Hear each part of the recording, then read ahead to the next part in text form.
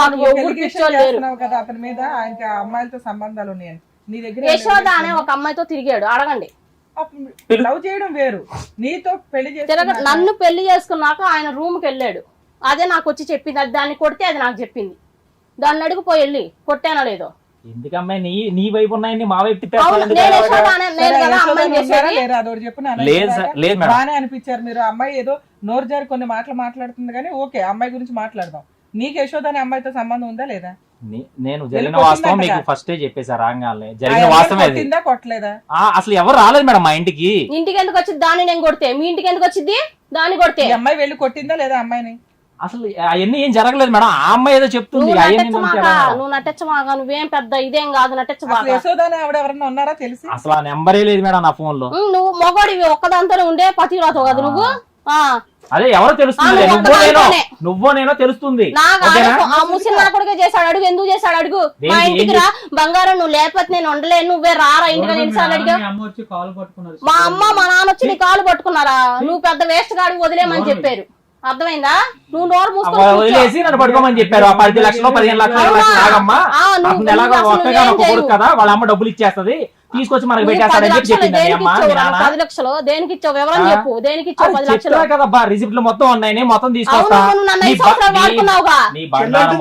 ఇప్పుడు ఇవ్వలేదని అనట్లేదు, ఇప్పుడు ప్లేట్ ఫిరాయించింది. ఇప్పుడు ఏంటంటే దానికి తిరిగి చెల్లు, నువ్వు వాడుతున్నావు కాబట్టి 10 లక్షలు చెల్లు, ఇంకా కావాలంటే వడ్డీ ఇవ్వాలి నువ్వే. అంతే, నువ్వు కూడా ఇవ్వాలి. ముసలి నా కొడుక వీడితో వచ్చావు కదా, నువ్వు కూడా నోరు మూసుకో అంటావేంది? నాకు అర్థం. వీడితో వచ్చావు, ఇద్దరు కొమ్మక్కయ్య వచ్చారు కదా, అరెస్ట్ అయిపో. నేను కూడా చెప్తా, వీడికి ఏం లేదు సార్, ఈ ఆడింగ్ లోడ్ సార్ అని చెప్తా. చెప్దాం చెప్దాం అంతెందుకు, నేను చెప్తా ఉందని చెప్పి అన్ని తిన్నావు కదా. మరి ఎందుకు పెళ్లి చేసుకున్నారా? పెళ్లి చేసుకున్నప్పుడు ఎందుకు చేస్తారు? తిండి పెట్టాను. పెళ్లి చేసుకున్నాక ఆడింగుల పనులు ఏమైనా చేస్తావు? మరి తిండి పెట్టకుండా, పిల్లానికి తిండి పెట్టకుండా ఊరు వాళ్ళ మంచులకు పెడతావా?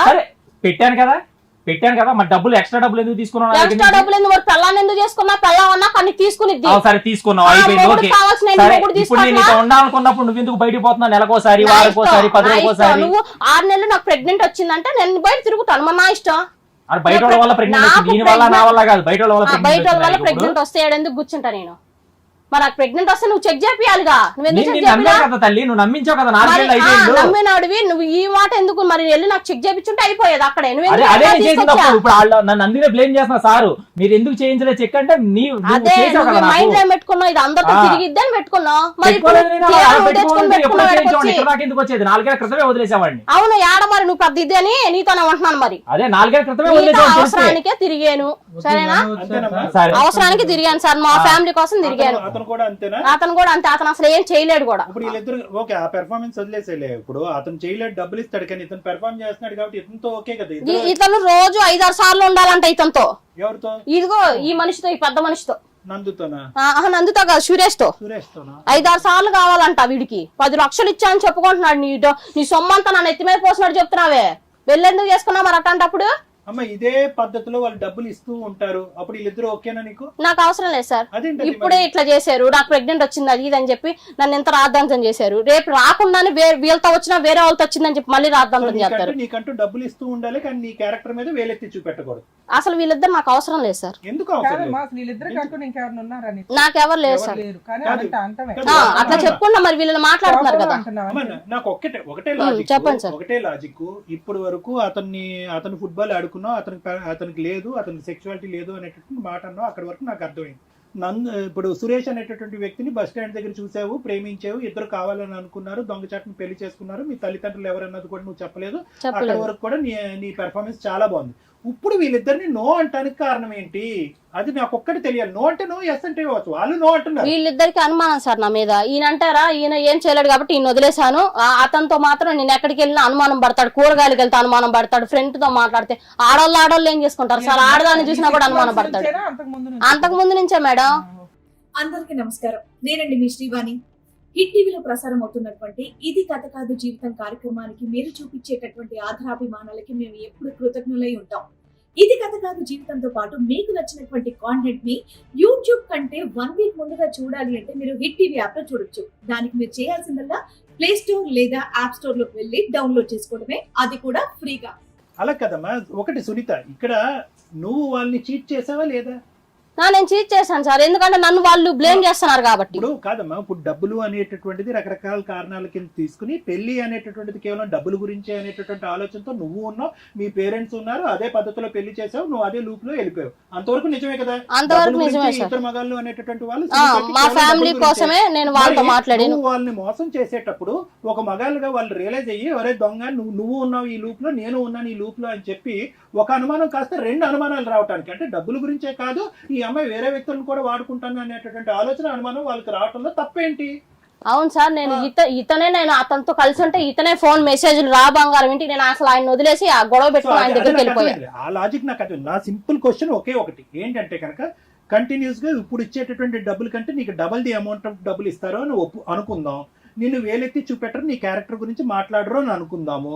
ఆ ఒప్పందం మీద అయితే కనుక వీళ్ళిద్దరిని మొగుళ్ళ కింద స్వీకరిస్తావా? స్వీకరించను. అమ్మాయి ఫస్ట్ నేను కూడా వద్దా? వద్దు. ఎందుకు వద్దు? అది చెప్పలేకపోతున్నావు. ఎందుకు వద్దు అనేది నువ్వు చెప్పలేకపోతున్నావు. అవును సార్, ఇప్పుడే ఎంత చేసి ఇక్కడ తీసుకొచ్చారు, రేపు ఇంకో చాట తీసుకెళ్ళడానికి గ్యారంటీ ఏముంది? సో నీ లెక్క ప్రకారం ఏంటంటే ఇందాక మమ్మల్ని అడిగే ఇద్దరు కాకుండా ఇంకో ఇద్దరిని కావాలంటే, ఇదే ఫస్ట్ టైం ఈ మొత్తం నా కెరియర్ లో ఇద్దరు కాదు ఇంకో ఇద్దరు కావాలని, ఇంకొకరిని తీసుకురండి అంటే బానే ఉండేది. ఈ ఇద్దరు వద్దు ఇంకో ఇద్దరు కావాలి. అవును సార్, నాకు ఇటోకలు కావాలి, నాకు ఇటోకలు కావాలి. అబ్బా నాకు ఇటు బాగోపోతే ఈయన చూసుకోవాలి, ఆయనకు బాగోపోతే ఈయన చూసుకుంటాడు. అంతేనా? లేదంటే సెక్స్ ఒకటి డబ్బులకు ఒకటి? లేదు సార్, నన్ను చూసుకోవడానికి ఇద్దరు కావాలి. 10 లక్షలు దొబ్బాలి వాళ్ళ దగ్గర. నీకెందుకు రా, నువ్వు మూసుకో, నువ్వు కావాలంటే వేరే పెళ్లి చేసుకో, నువ్వు చాలా రెస్పెక్ట్ ఇస్తున్నా సార్ వాళ్ళు ఉన్నారని చెప్పి. లేదంటే నేను ఆ రోజు అక్కడ ఇంటి దగ్గర ఇంటి దగ్గర ఆ రోజు తీసుకొస్తాను కదా నేను,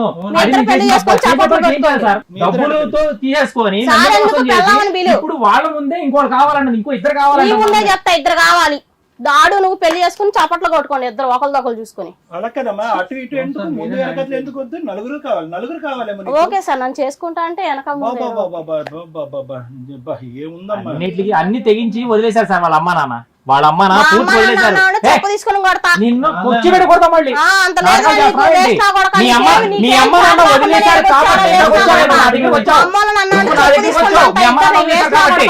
పనికి మాలిందానా? ఎవరు పనికి మాలాడు?